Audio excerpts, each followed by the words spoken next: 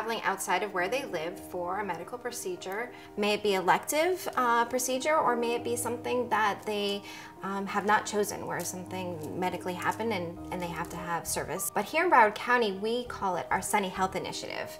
And we put together our Sunny Health Committee, where we work with hospitality partners and medical providers to ensure that these medical tourists receive excellent care, the accommodation resources that they need, and an overall wonderful experience. We are a 24/7, 365-day operation with, just like it sounds, international patients coming in from all over the world.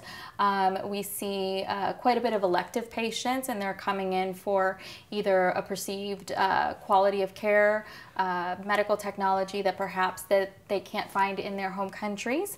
But we also have a great deal of patients coming in that are medically evacuated just because of our location. We're 5 minutes from the port, 10 minutes from the airport. We've been lucky enough to be well versed in medical tourism due to our proximity to both Broward Health and the cruise port. We have a lot of our guests that have unfortunate situations, go on cruises. Maybe the husband or wife has a heart attack or has a slip and fall, and unfortunately they have a need to be in the hospital for a little while. The wife or husband has to find a place to stay, so they'll come to us intending to stay maybe 1 or 2 days, and sometimes we've had them 30, 60, sometimes up to 90 days at a time. So it's a good partnership. I'm here to make sure that the guests that are here from medical tourism have the best service possible, and they're as comfortable as they can be in the situation that they're in. We truly believe that hospitality empowers healthcare. And so that's something that we live, eat, and breathe every day. So it's an initiative that we do as part of the Sunny Health Initiative as well, but we actually do face-to-face meeting with these hotels so that we can, the hotels in any hospitality or tourism industry within Greater Fort Lauderdale, so that we can educate them on the needs, the specific needs of our patient population. Because, you know, what makes them different, they're not on vacation.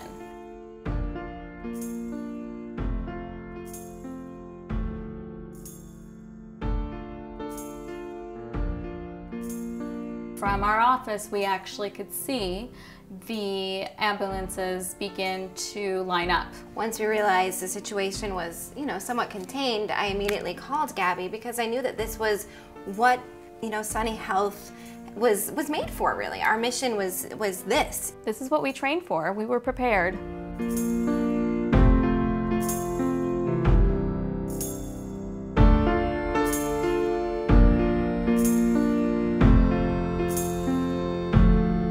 I knew that the hotel was going to be affected. An hour or two later, people start sprinkling in. From Lauderdale Airport. Figure it out. It's perfect, so just walk outside and we're going to help. We're going to help. We're going to get you in. Then check the inventory and I'll do my best for you. Maybe we can move this one over. I'll never forget this one couple from Canada. She walked in and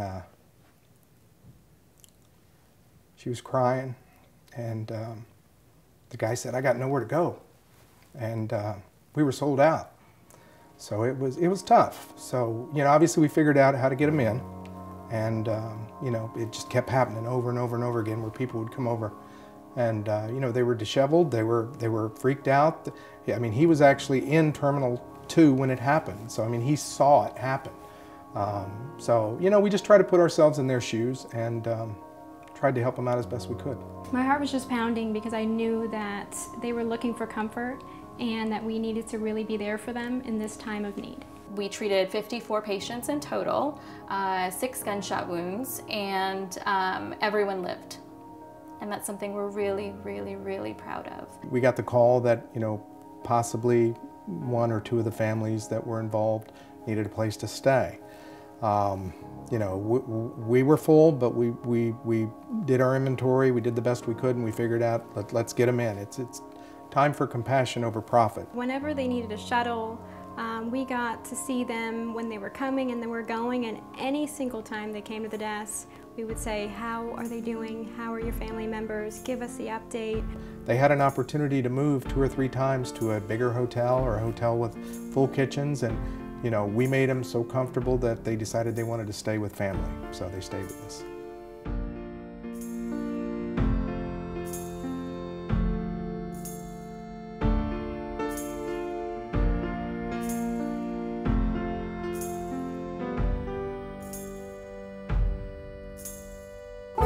proud of how we were able to come together as a community and really and have a happy outcome out of such, you know, unfortunate situation.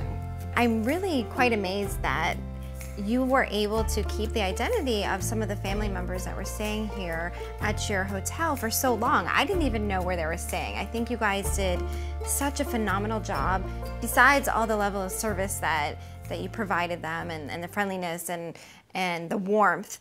But being able to hide their identities, you know, from people that maybe wanted to, you know, dive in for more information. But I think that's amazing. How did you do that? Their privacy was our main concern, because they were getting hounded by everybody. We were getting calls 20 and 30 at a time from news agencies wanting to find out where they were. So, and we told them absolutely no one gets their information. So that was our priority number one.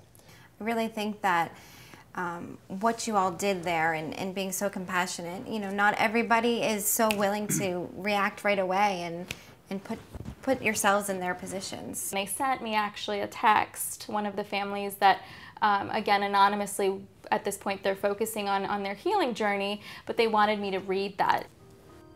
We will never be able to thank all of you enough for the kindness and generosity you all showed us in the most difficult of times. For that, we are forever thankful.